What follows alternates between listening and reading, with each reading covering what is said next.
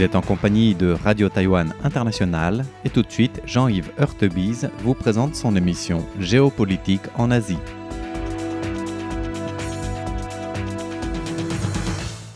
Chers auditeurs de Radio Taïwan International RTI, bonjour pour ce nouveau podcast de notre émission Géopolitique en Asie avec cette nouvelle année qui commence. Donc, très bonne année 2026 à tous nos auditeurs de RTI et de l'émission Géopolitique en Asie. Nous allons revenir sur les événements qui sont passés cette semaine, à savoir évidemment pour ce qui concerne Taïwan et la Chine, la nouvelle opération d'entraînement militaire de la Chine populaire autour de Taïwan, la République de Chine. Donc on va d'abord faire un tout petit peu de contexte historique, essayer de comprendre cet événement, essayer de l'analyser, de voir comment est-ce qu'il s'est déroulé. Donc ces nouveaux exercices militaires de la Chine ont eu lieu tout autour de Taïwan entre le 29 décembre et le 30 décembre 2025, donc de l'année dernière. Et en fait, c'est le 6e exercice militaire qui est effectué autour de Taïwan et qui, on va dire, simule, entraîne, imite et on va dire anticipe un possible blocus de l'île de Formose, de l'île principale de l'archipel taïwanais de Formose par les forces militaires chinoises. Donc pourquoi le 6e depuis 2022? Parce qu'en fait, c'est quelque chose qui a commencé à avoir lieu, ce type d'exercice de blocus qui, avec des bateaux et des avions de chasse qui encerclent l'île, qui à différents points précis au niveau de l'est et de l'ouest de l'île et du sud et du nord de l'île. Ça a commencé en fait en 2022 en réponse à la visite de Nancy Pelosi, l'ancienne présidente de la Chambre des représentants des États-Unis. C'était le premier. Ensuite, en 2023, il y a eu à nouveau ce type d'exercice qui était lié donc à la rencontre entre Kevin McCarthy, qui était le nouveau représentant de la Chambre des représentants des États-Unis, et de la présidente d'alors, Tsai Ing-wen.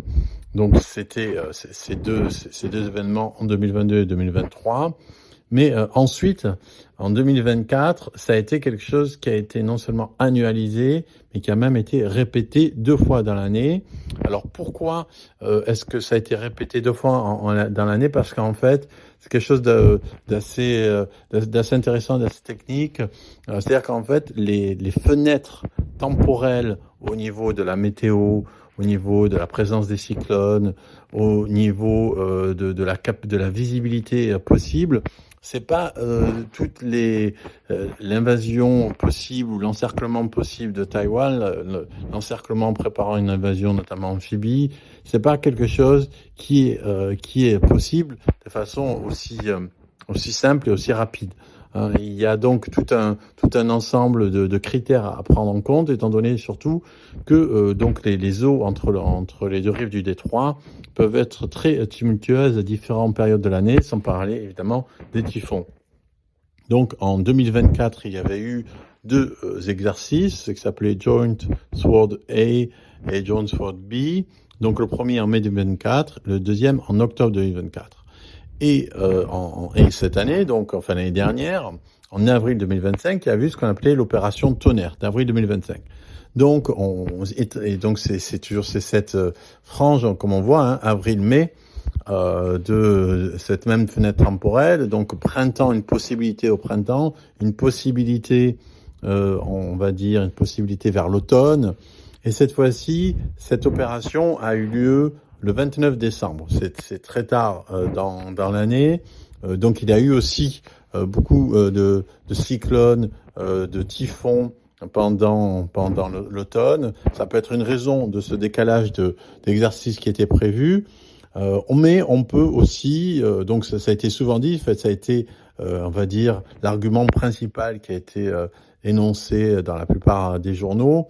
Pas du tout ce qu'on vient de dire, à savoir les fenêtres temporelles et les conditions météo extrêmement complexes autour de l'île, mais ça a été lié en fait au fait que très récemment, donc cette même semaine, le 22 décembre, il y a eu une annonce de la part des États-Unis d'une aide militaire, enfin d'une vente militaire à Taïwan pour 11 milliards de dollars. Et donc, c'est supposé être en réaction à cette annonce de vente de matériel militaire à Taïwan, extrêmement importante, de 11 milliards, et aussi en réaction, c'est ce qu'on dit aussi, on évoque aussi le fait que, donc, c'est quelque chose qu'on a analysé avant, que des propos de Sanae Takaichi, donc la première ministre du Japon, en disant que s'il y avait quelque chose qui se passait autour de Taïwan, notamment une invasion ou simplement même un blocus, cela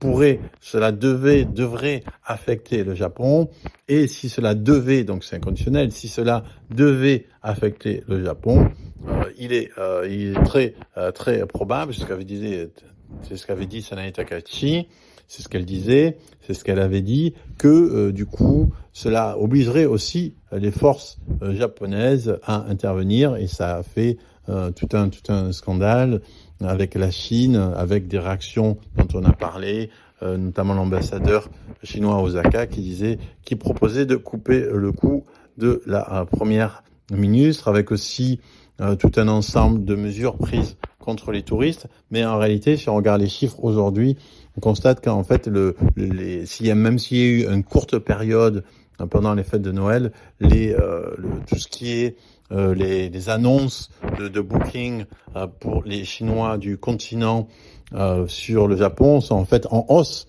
pour le Nouvel An par rapport à l'année dernière. Donc en fait, les Chinois, pour les Chinois, le Japon reste une destination extrêmement privilégiée. Quoi qu'en fait, il se passe au niveau diplomatique. Donc, pour revenir donc avec ces exercices militaires, on dit donc qu'ils sont liés donc à la fois à la vente d'armes par les États-Unis, à la vente d'armes annoncée, parce qu'entre l'annonce et la réalité, il y a toujours un grand gap. C'est une annonce d'intention de vente d'armement. On sait que Taïwan a acheté beaucoup d'armes aux États-Unis qui ne sont toujours pas arrivées. Donc entre la livraison et l'annonce, il y a quelque chose, mais ça a été pris par la Chine comme quelque chose d'extrêmement agressif du point de vue chinois, parce que ça signifie défendre la possibilité de Taïwan de se défendre. Et pour la Chine, c'est quelque chose qui est impossible, qui n'est acceptable, parce que du point de vue chinois, évidemment, Taïwan fait partie du territoire chinois, et donc toute action, toute aide envers Taïwan est en fait considérée comme une interférence dans les affaires internes de la Chine. Donc ça on connaît la rhétorique chinoise à ce sujet. Donc ces exercices ont été extrêmement importants à nouveau. Qui se sont déroulés donc entre le 29 et le 30 décembre 2025. On a pu comptabiliser 130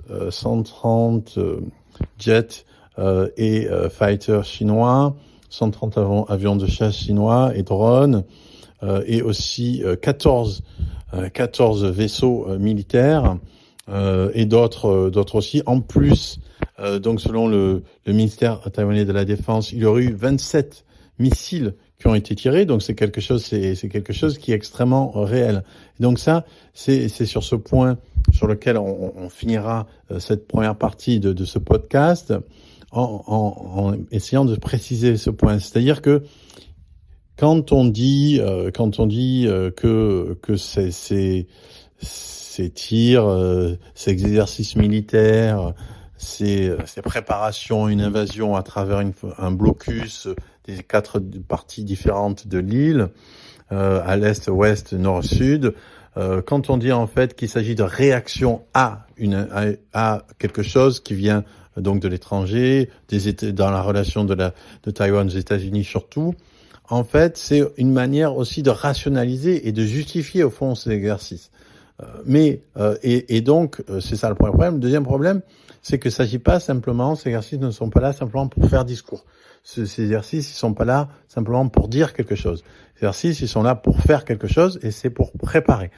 C'est pour préparer donc à la possibilité d'une attaque réelle. Donc c'est des exercices qui mobilisent, on a dit 150 engins militaires, que ce soit au niveau aérien ou au niveau naval, avec une coordination extrêmement importante de tous les états-majors, avec des tirs réels, à balles réelles, à missiles réels. Donc c'est quelque chose qui n'est pas simplement déclaratoire, c'est quelque chose qui est un exercice qui est un exercice, mais qui est une préparation à une action militaire réelle.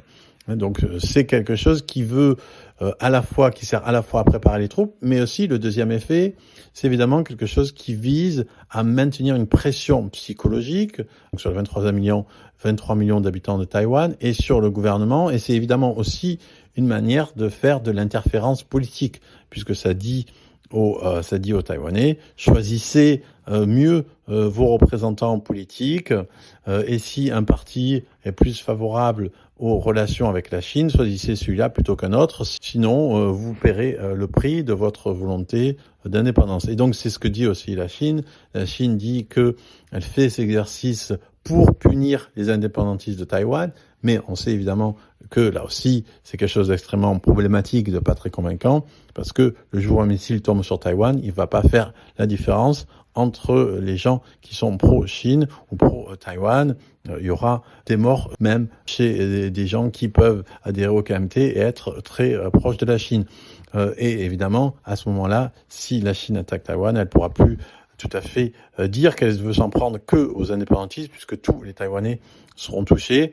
C'est ça l'idée de cet exercice, pas simplement une réaction à une vente d'armes, pas simplement une réaction au maintien des relations avec les États-Unis, pas simplement une réaction aux propos de l'ancienne première ministre japonaise, mais aussi un exercice qui est maintenant annualisé, qui est même biannuel, qui se fait en fonction de conditions météo, qui vise à entraîner l'état-major chinois et à le perfectionner d'année en année pour avoir une action de plus en plus précise et effective, et aussi une action de terreur psychologique qui vise à la fois la population et aussi la classe politique. Donc pour le deuxième podcast, donc la semaine prochaine, nous reviendrons aussi sur les réactions à cet exercice. On essaiera aussi de généraliser à l'année 2026 et à ce qu'on peut attendre au niveau de cette géopolitique asiatique qui est de plus en plus complexe et de plus en plus tendue. C'était Jean-Yves Heurtebise dans son émission Géopolitique en Asie pour RTI.